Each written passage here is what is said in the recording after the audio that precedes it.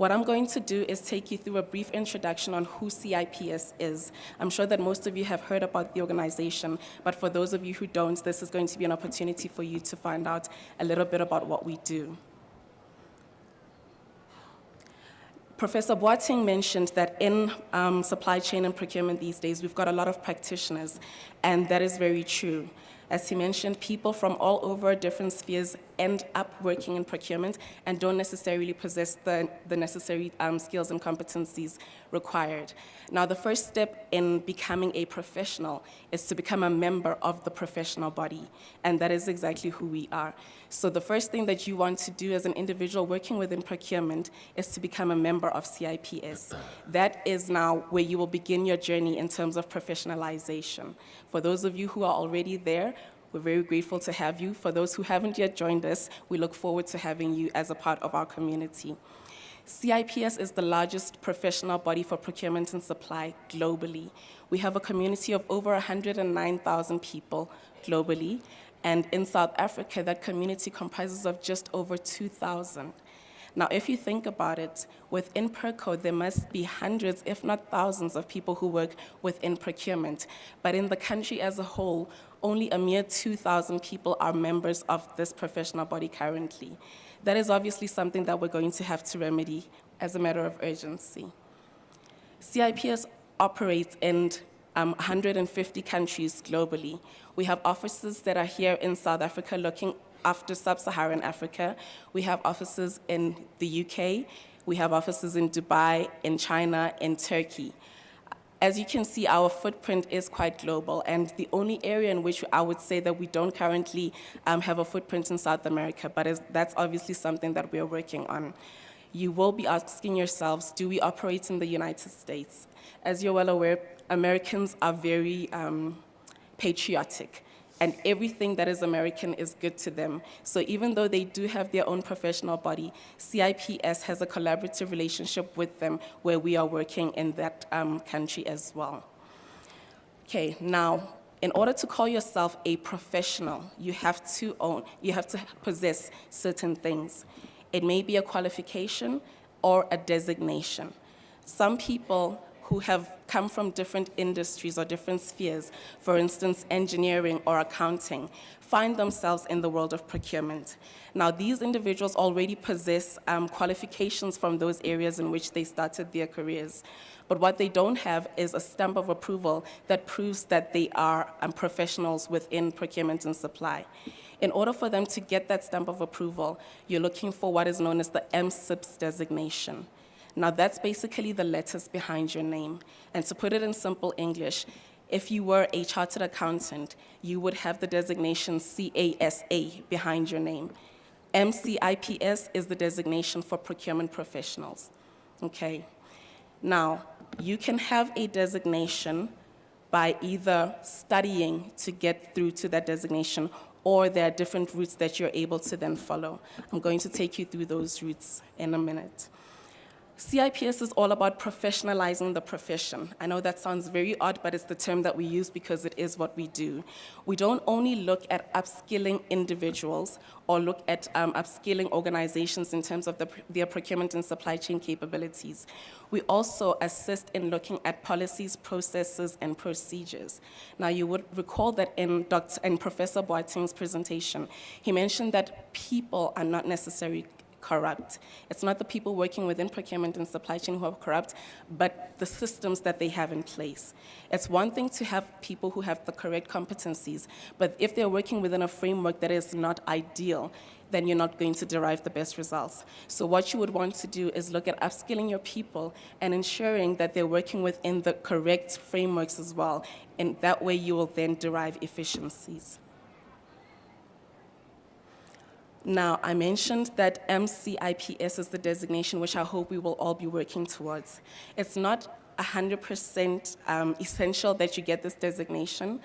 If you want to just upskill yourself so that you have the correct competencies to work in your current role, CIPS will be able to assist with that as well. But if you're looking more in terms of career planning and wanting to sit amongst those individuals in the C-suite one day, then you want to attain your MSIPS designation. Now, the different routes that we have available for attaining those is through academic qualifications. CIPS offers a range of different qualifications which will take you through different diploma levels in order to get you to the MSIPS designation. We start right at entry level, where you have the certificate in procurement and supply, all the way up to the professional diploma in procurement and supply. That, coupled with 3 years relevant working experience within procurement and supply, will then gain you the MSIPS designation, okay? We've also then got what is known as the Corporate Award Program. This is applied learning. Now, whereas the qualifications are basically your standard books, reading through them, sitting down for examinations, the Corporate Award looks at a different way of presenting this very same content. And how it works is that you've got individuals who are placed in a group or a cohort, and they're then taken through a program which looks at the different components of procurement and supply chain. They're assessed by means of assignments. They're also assessed by means of a written project, which is similar to a thesis, and then they have to give a presentation to a panel, which will then determine whether or not they're successful. That, once again, coupled with 3 years relevant working experience within procurement and supply, will then gain them the MSIPS designation. We've also then got something else for your more senior individuals within the organization, and that is known as the management entry route. Now, you will have, I'm sure, some people in this room today who have been working within procurement and supply for quite a number of years. We've got people who've been in the profession for about 10, 15 years. They've gone through the ranks, and they're probably sitting in very senior positions currently, but they don't have anything tangible that actually certifies them as professionals. So in that instance, we would then look at taking them through what's known as the management entry route, and it's basically recognition of prior learning and prior experience. So we look through the content of that individual's CV, we take them through various assessments and various interviews, and if they meet the requirements, they're then able to attain their MSIPS designation. And lastly, we've got accredited degrees or approved degrees. We have certain institutions which offer the CIPS qualifications as a part of their curriculum. So it's basically a SIPS Inside solution. If you study at one of these institutions, you will then not only attain the degree from there, but you will also then get the SIPS qualification at the end of the program. That, once again, coupled with your 3 years relevant experience, will get you the MSIPS designation. Now, I keep referring to this 3 years relevant working experience. Reason why CIPS needs to ensure that you've got the experience is because we don't want to certify someone who's just got book smarts. We need to ensure that you've actually worked in the sphere and that you understand how to apply the knowledge that you have, and that way we're able to then give you the stamp of approval. It's basically similar to serving your articles. In order for you to get the CASA designation, you have to go through 3 years of articles, and then only you get the stamp of approval. So same thing applies. Now, in terms of determining how or where an individual fits in these different routes to membership, we have what is known as the Sourcing Knowledge Questionnaire. That's the SKQ. That, and the results of that SKQ is what my colleague Mark is going to be presenting just now. So what happened is that PERCO engaged CIPS and basically selected 5 individuals from each of the universities to be taken through this assessment. We've got the results of those individuals now, and Mark is going to talk you through them. And based on those results, we will then be able to make a recommendation in terms of which route, which I've just spoken about, would be the most relevant for each of the individuals. Morning, ladies and gentlemen. I'm here to talk to you about the SKQ, basically procurement competencies. The excellent Professor Boateng this morning talked about how to move our profession forward, we need to acquire skills, okay? Now, this morning, I'm simply going to talk about technical competency. What do I mean by that? Well, I'm not going to talk to you about behavioral competency. Some of the stuff to break through maybe into the C-suite as elements of behavioral competency. But I'm going to talk to you about the results of the SKQ in pure technical competency. You probably recognize this is not a Johannesburg accent. Have you spotted? Yeah? I live in Pretoria. It's true. I've been here for over 4.5 years now, basically involved with CIPS in growing competency, in qualifying people. Some of my victims, my delegates, are in the conference somewhere. They have worked with me in terms of the Corporate Award Programme. But what I want to do initially, and I can see this, I'm going to talk to you about what the questionnaire does, okay? It's online. Some of you in here, I'm sure, have gone through this. People go online and they answer a series of questions. And that allows us to pitch them in their competency around 9 procurement technical competencies, which I will explain to you. Okay. I'm going to flip on through this. I'm not here to read out slides. However, I will point out that we've had now, I think, 3,500, there or thereabouts, South African procurement people go through this process. So we have a nice representative sample of where people are up to in this country. Okay. We originally developed it a number of years ago. It's probably 10 years now. And it's in the process of being refreshed because competencies are changing, as we heard from Mr. Boateng earlier on this morning. The focus is on about development investment. I love this term here. It avoids a sheep dip approach. You know, just taking people, right, intro to procurement, 2 days of risk management, there you go, have a go with that. What we try to do is focus our attention on where you need to build your competency. Okay, here they are. 9 of them. We've got 9 of them. Number 1. The first thing we assess people on via the questions is about procurement process management. Do you understand the processes? Can you understand demand management? Supplier performance and measurements? Performance management, knowledge management. In the modern day, we love the phrase SRM. I hear that a lot. Unfortunately, the R bit doesn't always happen in what I see. We still seem to be doing a lot of performance management. But we check people's knowledge. How do you develop a KPI? What is it you're measuring? What's the target? What's a realistic target? Number 2 will be about contract selection and legal, because we're all legal experts. I will be honest with you, when it comes to legal, globally when we look at this, often it's a low-scoring competency. A lot of the organizations in this country I've visited in the last 4 years, if there's anything legal, we say, okay, have a look at that legal department, check it and give it me back. We should understand the basics of contract law. What constitutes an offer and acceptance? When do we have agreement? Do we understand the basics of Roman Dutch contract law or English contract law? There are subtle differences. Okay, moving on. Supply chain analysis. We've heard a lot about supply chain. Do we even know how to define a supply chain? Well, basically, it's everything from extraction of material into the hands of a customer. And I would imagine that everything in this room at some point in life came from the ground. It was either grown on the ground, it was dug out the ground, or we bred it on the ground. I'm assuming my shoes are leather. Okay.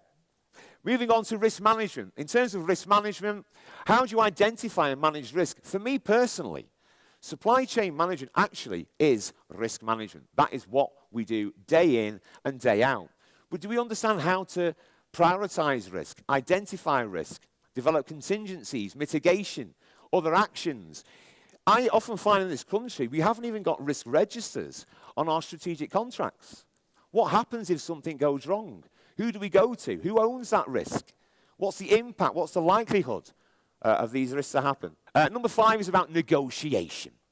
We all love negotiation. Who are the best negotiators on the planet? It's actually children. Kids. Kids actually know how to use persuasion methods naturally. And we lose it about the age of 8 or 9. 20 years later, they send you to see me for 2 days and we learn it again. That's how it works. But when we assess negotiation, it's actually about particular persuasion methods. The problem we have is in this country, it's very much as Douglas was saying earlier, we think price is negotiation. Negotiation is far broader. The toughest negotiations you'll probably have will be with your internal stakeholders, not with the suppliers. The same principles apply. Negotiation simply is, can I get somebody to move towards me? Whether it be on price, lead time, specification, whatever it can be, they are the skills. I'm going to talk to you briefly about the 5 persuasion methods shortly.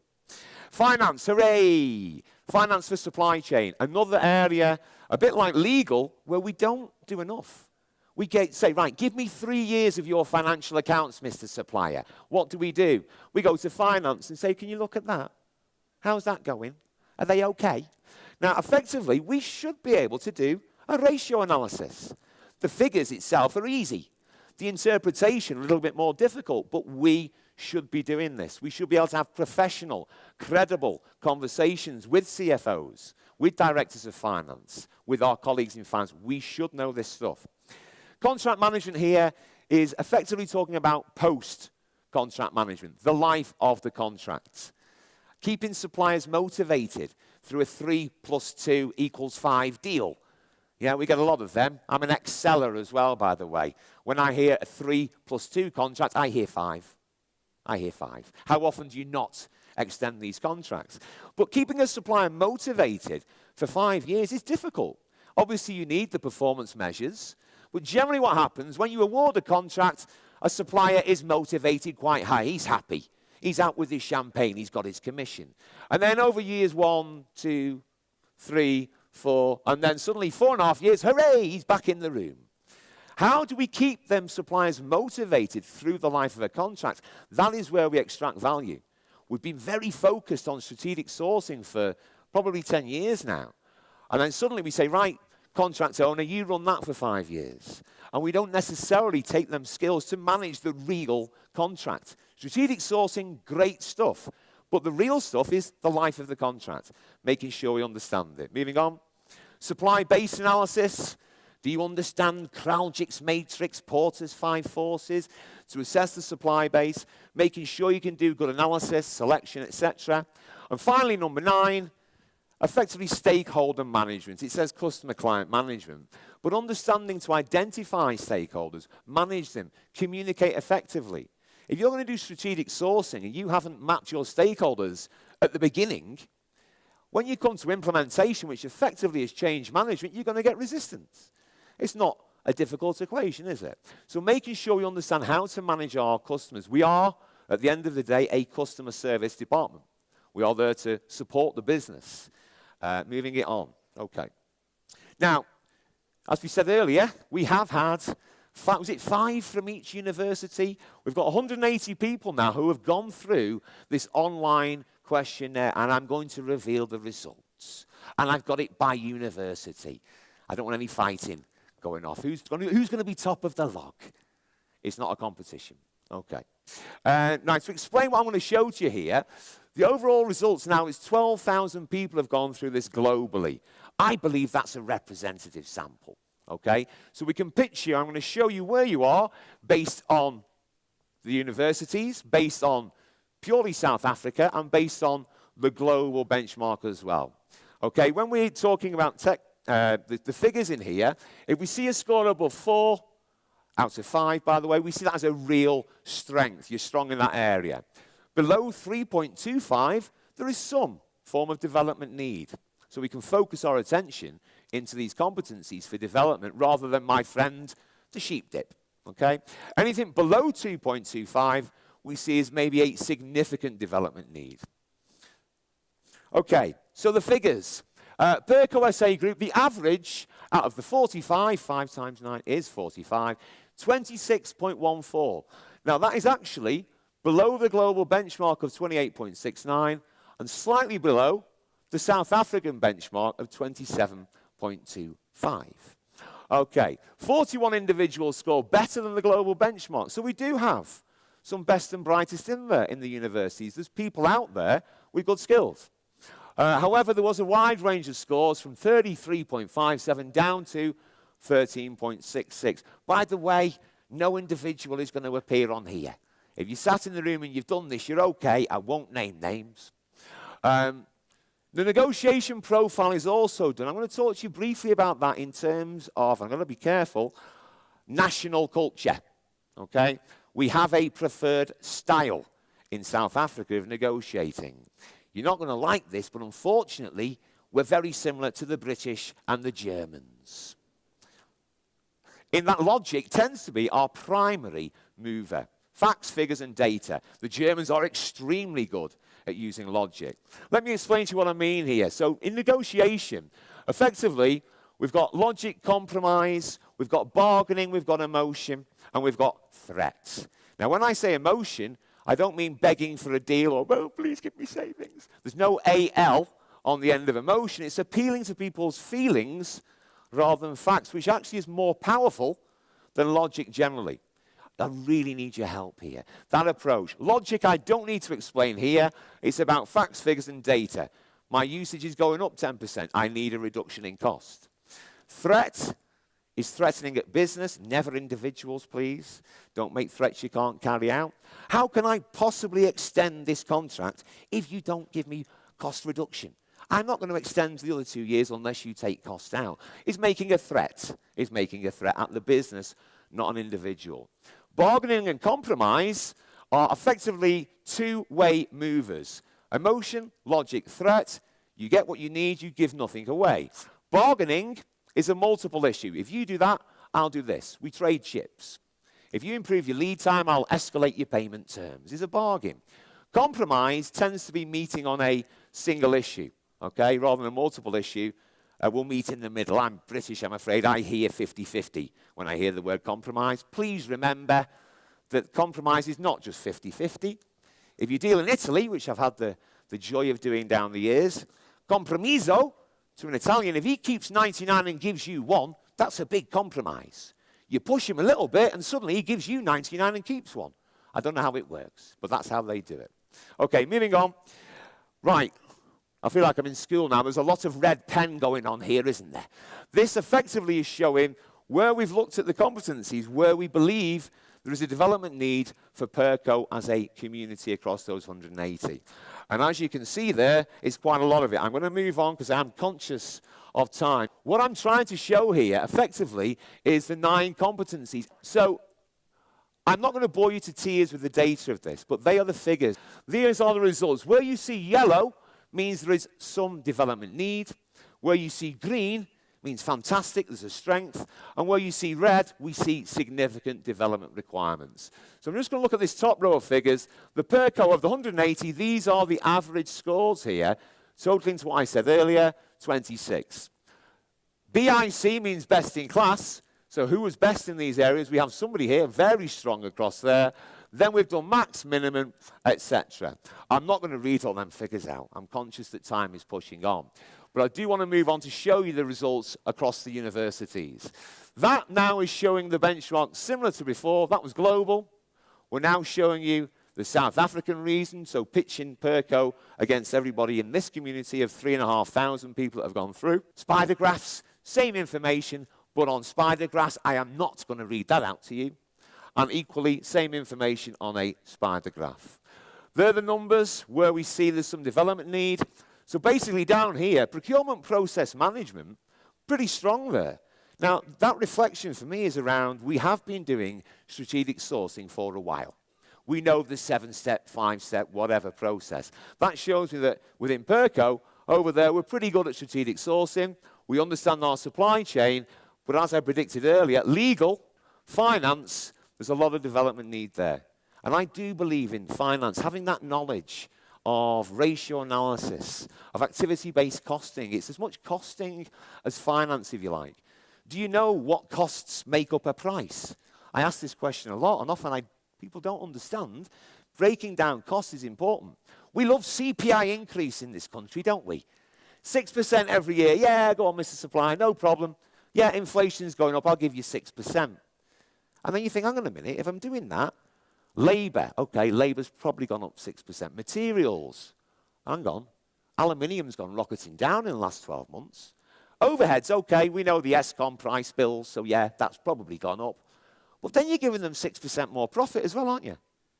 Thinking that thing through, we need to change our focus, have some knowledge around finance so we can negotiate far better. As you can also see, negotiation is a need as well. That is showing you effectively now what those persuasion methods I briefly explained to you, how we prefer in this country to negotiate. And that shape there is very similar to what I would see if I go to Germany or if I go back to the UK, which I try and avoid, if I'm honest with you. The sun is a lot brighter here than in the UK.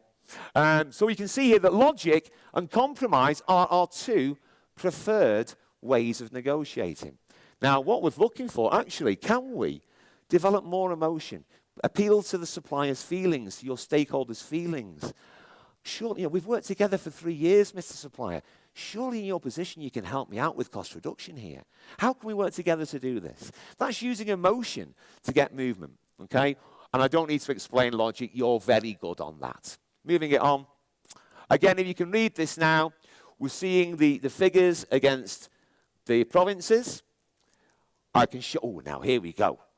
If you've got good eyes, maybe in the room, this is what you want to see. Where is my university on the log now? Who's top of the log? Caprisa. I think Caprisa. Looking at those figures, I think Caprisa. Am I saying that right?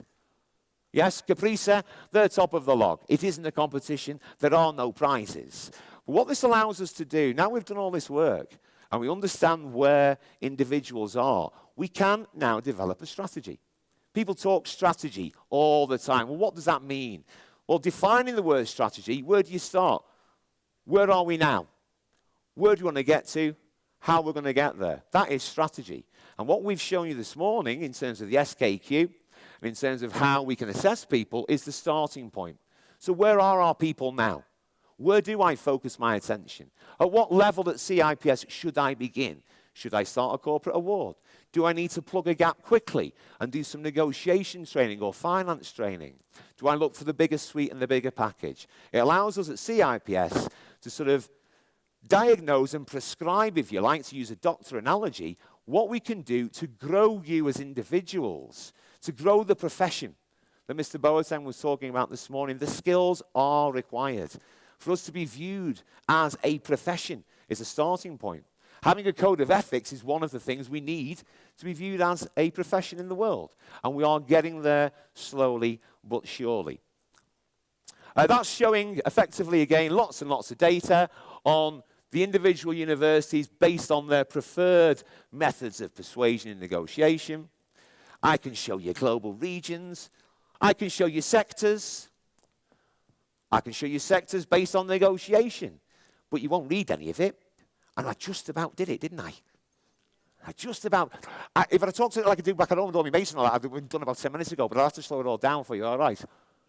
That genuinely is how quickly I normally talk. If you think I was talking quickly then, whoa,